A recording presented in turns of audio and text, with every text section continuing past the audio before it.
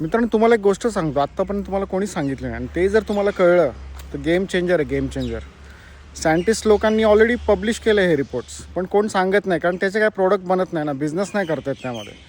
तर हा अशी गोष्ट आहे ना, म्हणजे ते म्हणजे क्रॉनिक स्ट्रेस आणि दुसरं म्हणजे झोपेच्या समस्या, हे दोन्ही इंटरकनेक्ट आहेत.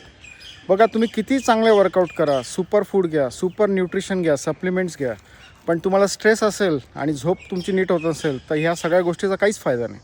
त्यामुळे ह्या इम्पॉर्टंट आहेत. आणि जर तुम्हाला स्ट्रेस असेल तर झोप पण येत नाही. त्यामुळे इंटरकनेक्ट आहेत ह्याच गोष्टी.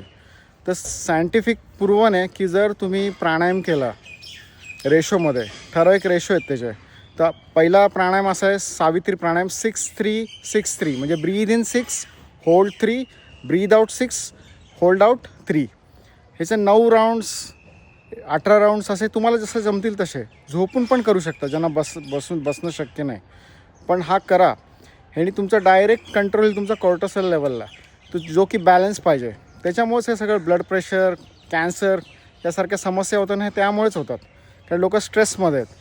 तर स्ट्रेस आहे, बाहेरची परिस्थिती आहे, त्याला आपण काय चेंज नाही करू शकत, बट आतली जी मनस्थिती आहे ती चेंज नक्की करू शकतो ह्या एका प्राणायामने. आणि सायंटिफिकली प्रूव्हन आहे. तर करून बघा 6-3-6-3 सावित्री प्राणायाम. जबरदस्त असा प्राणायाम आहे. तुम्हाला इफेक्ट लगेच जाणवेल आणि तुम्हाला जर इफेक्ट जाणवला तर मला कमेंट करून नक्की कळवा. जय श्रीराम.